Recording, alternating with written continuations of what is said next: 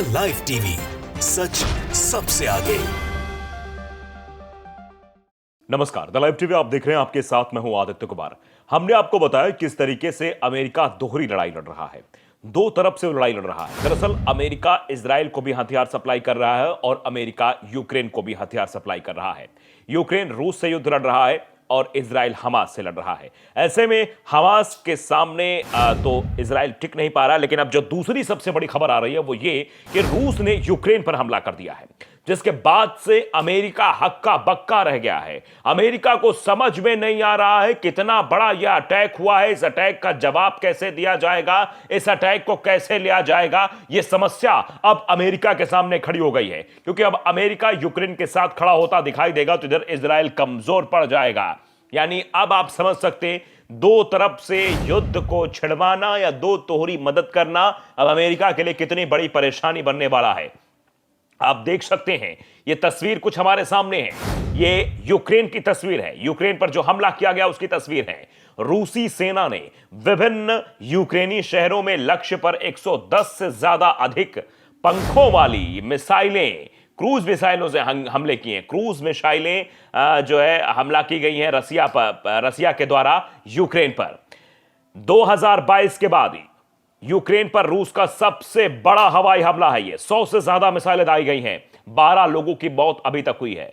राष्ट्रपति Vladimir Zelensky ने Telegram messenger पर दावा किया कि रूस ने अपने शस्त्रागार में मौजूद हर चीज से हमला किया है। लगभग 110 मिसाइलें दागी गई हैं, जिनमें से अधिकांश को मार गिराया गया है। रूस और यूक्रेन के बीच बीते 1.5 साल से ज्यादा समय से भीषण युद्ध जारी है। इस बीच यूक्रेनी अधिकारियों ने जानकारी दी है कि रूसी सेना ने कीव में आवासीय इमारतों को मिसाइलों से निशाना बनाया है। इसमें 12 नागरिकों की मौत की पुष्टि भी हो गई है, जबकि दर्जनों लोग घायल हुए हैं। शहर के सैन्य प्रशासन ने बताया कि राजधानी में 10 लोग मलबे के नीचे भी दब गए हैं। वहीं गवर्नर ने बताया कि निप्रो शहर में एक प्रसूति वार्ड क्षतिग्रस्त हो गया है, लेकिन किसी के हताहत होने की अभी खबर नहीं है। विदेशी मंत्री दिमित्री कुलेबा ने कीव के सहयोगियों से समर्थन बढ़ाने का भी आह्वान किया है। इसके साथ ही उन्होंने कहा कि लाखों यूक्रेनी लोग आज विस्फोट के धमाकों से जाग उठे हैं। मैं चाहता हूं कि यूक्रेन में विस्फोटों की आवाजें पूरी दुनिया में सुनी जाएं। यह हमला साल के अंत में ऐसे समय में हुआ है जब रूस के साथ युद्ध में करीब 2 साल बाद भविष्य में पश्चिम की ओर से सेना और वित्तीय मदद को लेकर अनिश्चितता बनी हुई है। राष्ट्रपति व्लादिमीर जेलेंस्की ने टेलीग्राम मैसेंजर पर कहा, रूस ने अपने शस्त्रागार में मौजूद हर चीज से हमला किया है।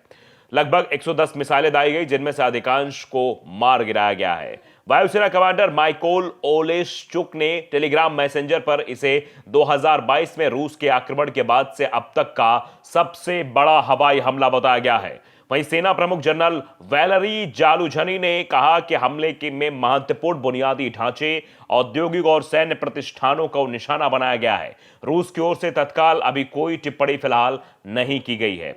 ऊर्जा मंत्रालय ने दक्षिण ओडिशा, पूर्वोत्तर खारगिव और मध्य निप्रो प्रोत्स्वक और मध्य कीव में के क्षेत्रों में बिजली कटौती की भी जानकारी दी है। यूक्रेन कई हफ्तों से चेतावनी दे रहा है कि रूस देश की ऊर्जा प्रणाली पर बड़ा हवाई हमला करने के लिए मिसाइलों का भंडारण कर सकता है। पिछले साल लाखों लोग अंधेरे में डूब गए थे जब रूसी बलों ने पावर ग्रिड पर हमला कर दिया था। निप्रोपेट्रोव्स्क के मध्य इलाके में 5 लोगों के मारे जाने की खबर सामने आ रही है, जहां मिसाइलों ने एक शॉपिंग सेंटर, एक घर और एक 6 मंजिला आवासीय इमारत को निशाना बनाया।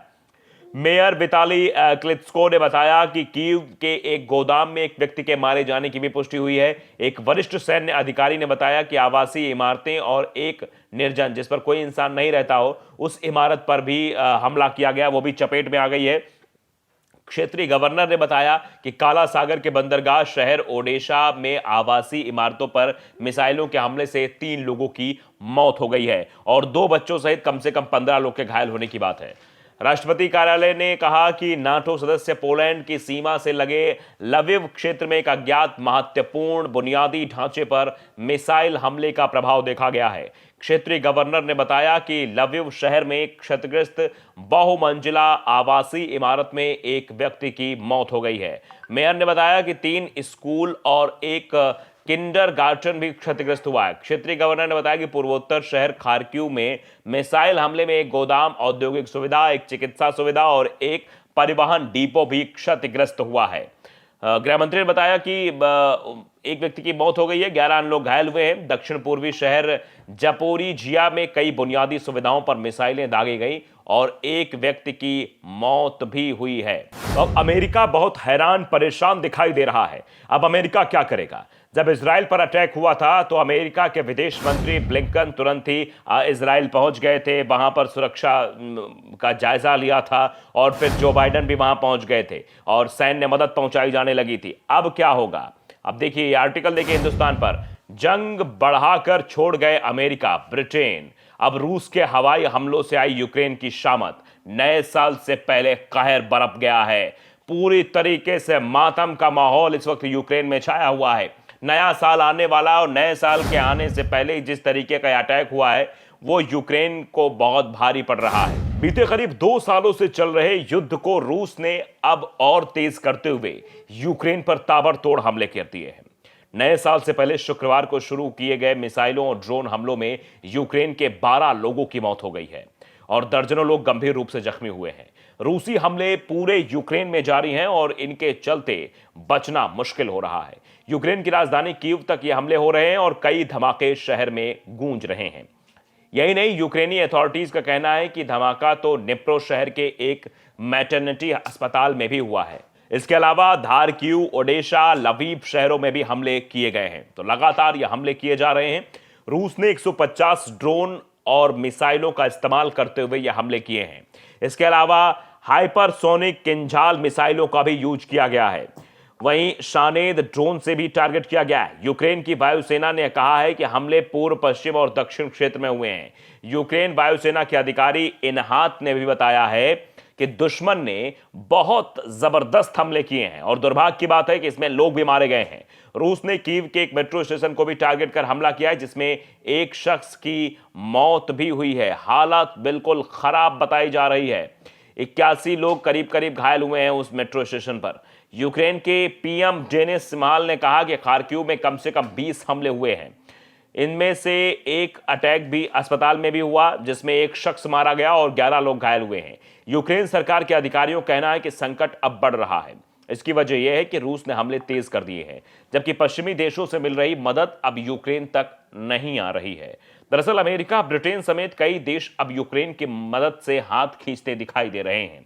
अमेरिका की तो सरकार ने ही स्पष्ट तौर पर कह दिया है कि यूक्रेन की और ज्यादा मदद करना हमारे लिए मुश्किल होगा। यूक्रेनी राष्ट्रपति कार्यालय के हेड एंड्री यरमाक ने दुनिया के देशों से अपील की है कि वे रूस के खिलाफ मदद करें। उन्होंने शुक्रवार को एक टेलीग्राम पोस्ट में रूसी अटैक्स को आतंकी हमला करार दिया। उन्होंने कहा कि अब रॉकेट और मिसाइलों दागे जा रहे हैं, मिसाइलों से हमला किया जा रहा है, आम नागरिकों को निशाना बनाया जा रहा है। यह आतंकवादी हमले की स्थिति है। उन्होंने कहा कि यह दुनिया को देखना चाहिए कि आतंकवादी हमलों से निपटने के लिए हमें और सपोर्ट की जरूरत है। तो अब सपोर्ट की बात यूक्रेन कर रहा है, लेकिन अमेरिका कैसे सपोर्ट करेगा? अगर अमेरिका सपोर्ट करेगा तो इजराइल को कैसे सपोर्ट करेगा? दोनों तरफ युद्ध छिड़ गया है और अमेरिका अब बीच में फंस गया है। द लाइव टीवी को अगर आपने सब्सक्राइब नहीं किया जरूर करिए, बेल आइकन दबाइए ताकि सच खबरें आप तक पहुंचती रहें। नमस्कार। द लाइव टीवी, सच सबसे आगे।